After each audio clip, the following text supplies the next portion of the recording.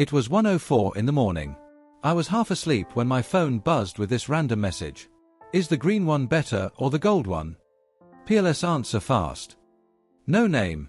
No context. Just chaos. I replied. 1 year later, I was standing in her wedding, watching a woman I'd never met walk down the aisle because of a single wrong number text. If you've ever believed in strange, beautiful moments of fate, or just needed a reminder that human connection can come from the most random places, hit that like button, subscribe, and buckle up. Because this isn't just a feel-good story. It's a wild, chaotic ride through text messages, secrets, and a twist that made my entire world stop. It's just past 1 a.m., and I'm barely conscious, drooling into my pillow, when my phone buzzes. I blink, squint at the screen. It says, "Is the green one better or the gold one?" PLS answer fast. Now, normal people would have ignored it. Or replied with wrong number. But something about it. I don't know. It cracked me up. I could practically hear the panic behind it. So I replied, "Green. Always go with the green one." Not even 2 minutes later, I get back. "Okay, thank you. I'm freaking out. I think I love him. And IDK if this is a date." It's like a maybe date. And at this point, I'm invested. Fully. I mean, come on. This is chaos and vulnerability in the middle of the night. So I text back. Then wear the green. Look good. Feel better. And maybe date the hell out of it. She replied instantly. "You're literally a stranger, but I love you. Thank you, Greenheart." And that was that. Or, so I thought. 1 week later, out of nowhere, my phone lights up. Green was the right call. It was a date.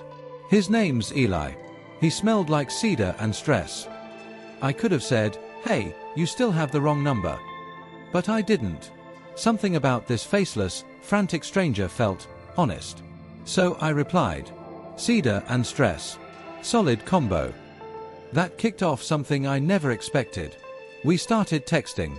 At first, just every few days. Updates. Venting. Excitement. Heartbreak. An anonymous pen pal situation with zero pressure, zero judgment. Eventually, it was every day. She never asked who I was. I never told her. We created this weirdly safe corner of the universe, where I was her hype man and she was this raw, vulnerable hurricane of feelings. Eventually, she gave me a name. "You're the text goblin now. I don't make the rules." And I embraced it. She'd text me from bars, from the backseat of Ubers, from her work bathroom during emotional breakdowns. I was the voice in the wall, the invisible best friend who didn't care how messy she was. Then came November. She texts, "Okay, Goblin." I told him I love him. And he said it back. "I'm so scared. I feel like my heart is too big and soft for this world." I swear my chest actually ached reading that. She was so unfiltered. So beautifully chaotic.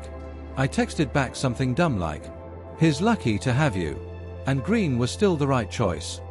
And then, silence. For 2 whole months.